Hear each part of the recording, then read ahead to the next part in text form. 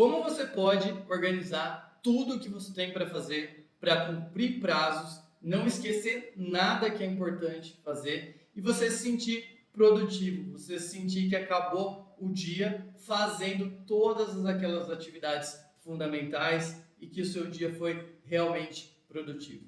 É isso que eu vou te mostrar quando a gente falar agora sobre gestão de tarefas. Então a gente chega à aula 17 do nosso curso de gestão do tempo para falar sobre como você vai coordenar e organizar tudo aquilo que tem para fazer, para não esquecer de nada e com isso ter uma tranquilidade, uma paz muito grande, sabendo que tudo que você tem que fazer está anotado. Já deve ter acontecido com você de ter alguma coisa para fazer e se lembrar no meio da noite e daí pegar o celular e sair já executando na hora. Por quê?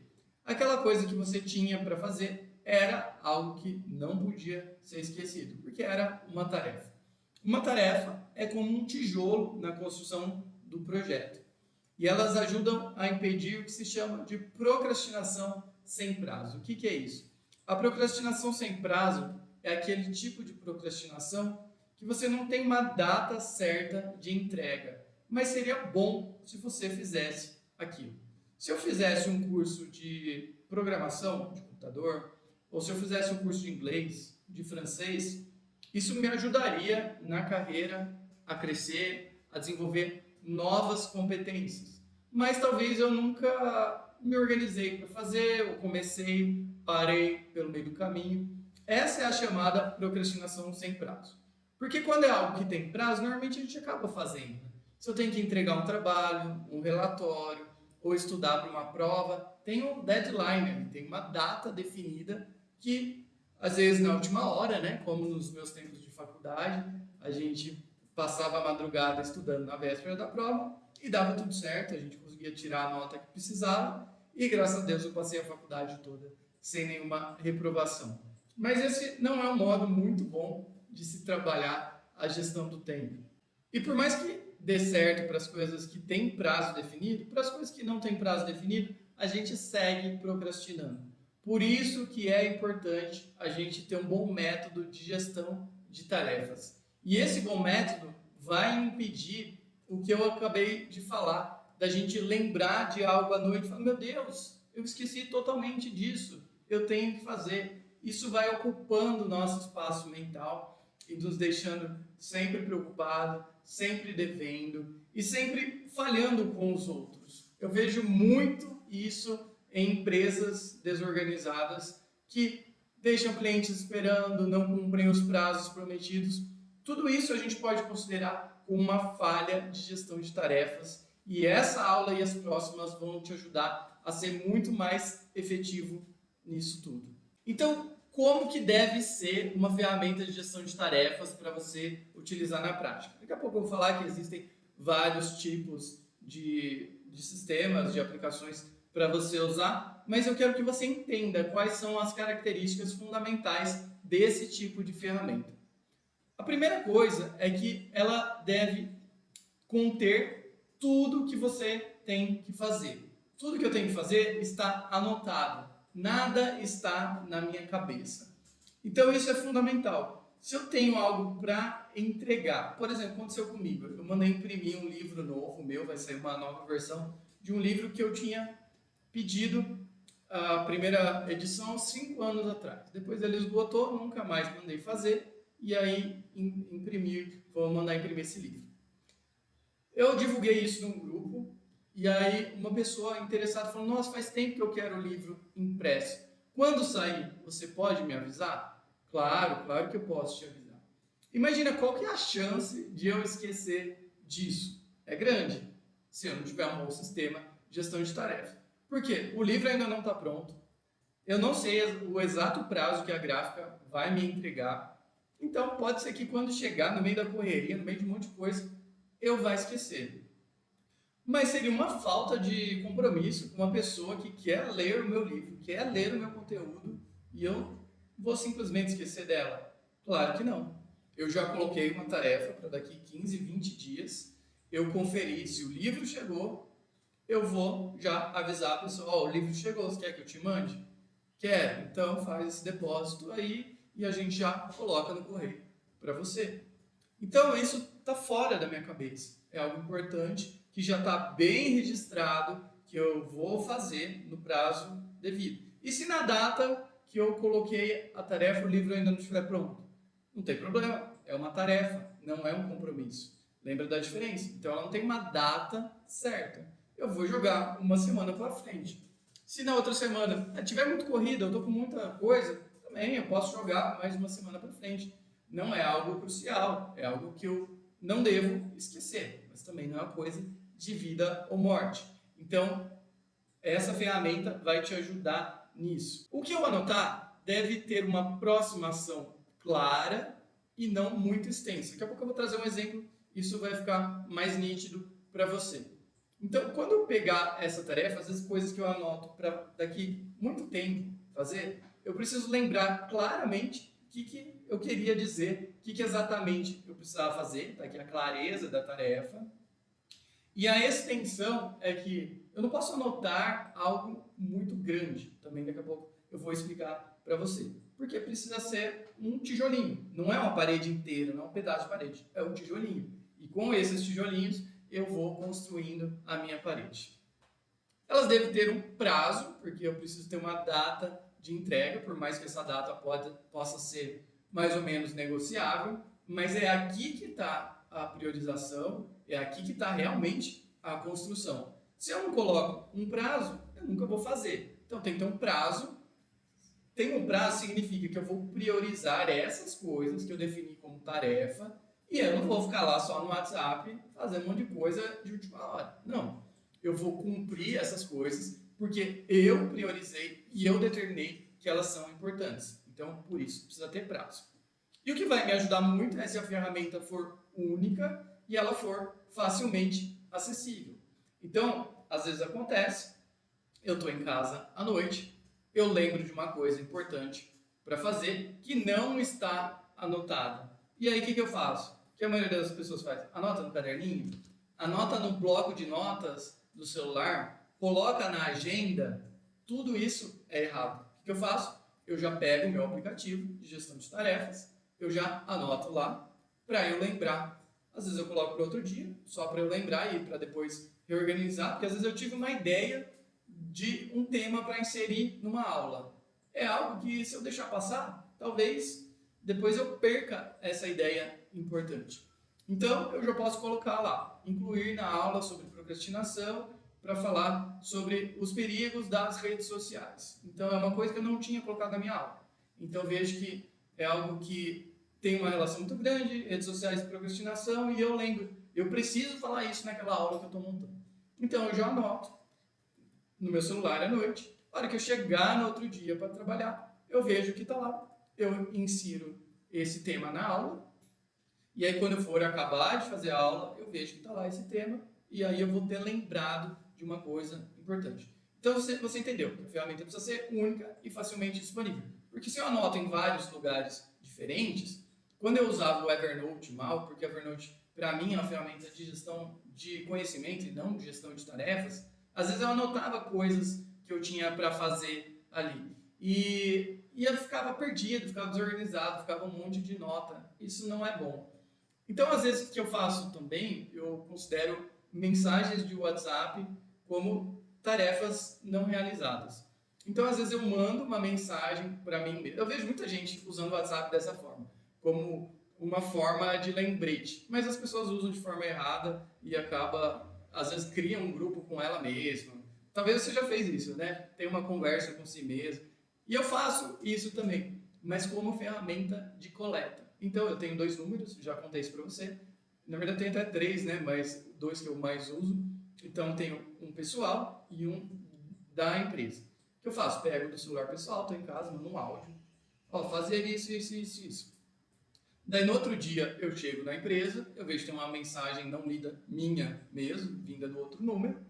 Eu pego e já escuto essa mensagem e transformo ela em uma tarefa. Às vezes para executar no próprio dia, às vezes para executar daqui uma semana, e somente para não esquecer, mas isso me ajuda porque eu tenho uma ferramenta única, Na verdade, nesse caso não é única, mas é uma ferramenta de coleta que vai direcionar para a minha ferramenta única. E o Steve Allen lá no GTD, né, no Arte de Fazer Acontecer, ele fala da regra dos 2 minutos, que é, se você tem que anotar algo para fazer, mas que leva menos de 2 minutos para executar, então já faz na hora. Então, às vezes, o tempo de execução é mais fácil você já fazer do que parar para planejar. Isso, para mim, só não é verdade hoje, na época do WhatsApp, da gente parar e mandar uma mensagem à noite, para daí a gente não esquecer daquilo. É melhor, em muitos casos, que você transforme em tarefa, porque senão você vai estendendo muito o seu horário de trabalho, e aí, quando é uma comunicação com o cliente ou com a equipe, eles vão aprendendo que você trabalha fora dos horários. Porque boa parte das coisas não são realmente urgentes, e eu tenho uma implicância muito grande aí com os empresários, em consultoria, eu sempre falo para eles, não usem grupo de WhatsApp da empresa, especialmente para comunicações fora do horário de trabalho. Isso faz com que a pessoa não separe o horário pessoal do horário profissional. Isso, se ela faz para trabalho, ela vai fazer para pessoal também. Ela vai resolver as coisas pessoais no horário de trabalho. Isso não é nada bom, não é nada produtivo. Então, essa regra dos 2 minutos vale, sim, para coisas muito pontuais. Mas é uma coisa que eu lembrei à noite, leva menos de 2 minutos, mas é que eu tô ali com os meus filhos e eu vou ter que ligar o computador para fazer? Não, melhor não. Vou anotar para eu fazer no outro dia, mesmo que leve menos de 2 minutos. Essa regra vale no horário que você está ali trabalhando, exceto também se você estiver no horário muito concentrado. Estou no horário de estudo. Eu lembrei algo para fazer, que leva menos de 2 minutos, anote, não faça, deixa o caderninho do lado, deixa já a sua ferramenta de gestão de tarefas fácil para anotar, para você fazer depois. Se você está estudando, não para fazer outro tipo de atividade. Daqui a pouco eu vou falar sobre os prejuízos do multitarefa e sobre a mudança de contexto. Então vamos ver a definição de tarefas. Vamos supor que eu tenho uma empresa e eu quero criar uma campanha do Dia dos Pais. Então eu fui lá, anotei a minha tarefa. Criar campanha do Dia dos Pais. Você se imagina sentando para trabalhar e fazendo isso? Tá claro essa tarefa, o que você tem exatamente para fazer? Essa não é a melhor forma. A gente poderia colocar aqui, eu desdobrei 1, 2, 3, 4, 5, 6 tarefas. Então vamos lá. A primeira tarefa, definir brindes. Segunda, marcar reunião de equipe para explicar a campanha. Terceira, escrever o material. Depois, criar arte de divulgação. Configurar anúncios no Instagram e imprimir cartazes para eu colar dentro da minha empresa. Então aqui eu distribuí em várias tarefas simples. Se eu trabalho em equipe, eu poderia até alocar cada tarefa para um responsável. Isso poderia ser uma tarefa maior e cada uma ser uma subtarefa. Eu uso o Asana e o Asana permite você incluir subtarefas que estão dentro de uma tarefa maior, mas nem é a metodologia que eu prefiro. Eu prefiro criar várias tarefas dentro de um projeto. No Asana a gente tem as equipes, dentro das equipes a gente tem o projeto.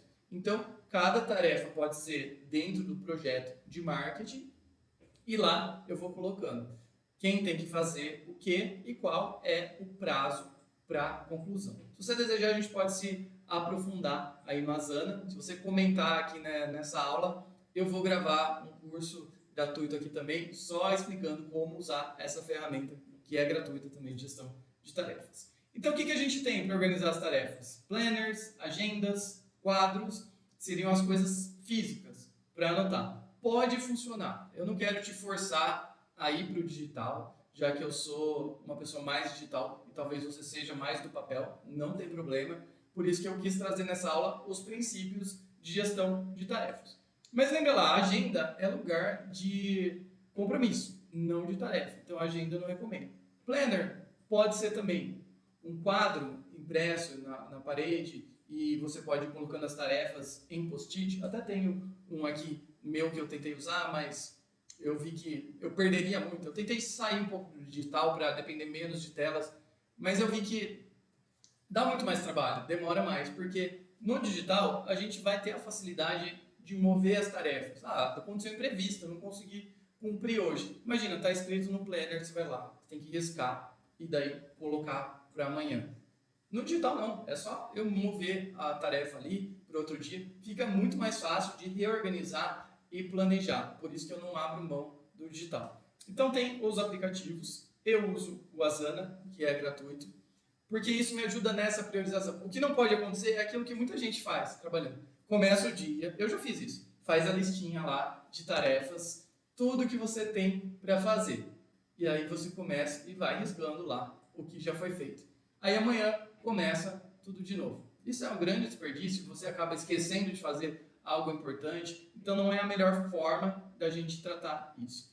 Temos outras ferramentas também, como o NeoTriad, que foi o primeiro que eu usei, que o Cristian Barbosa desenvolveu. Ele é legal, tem umas boas funcionalidades.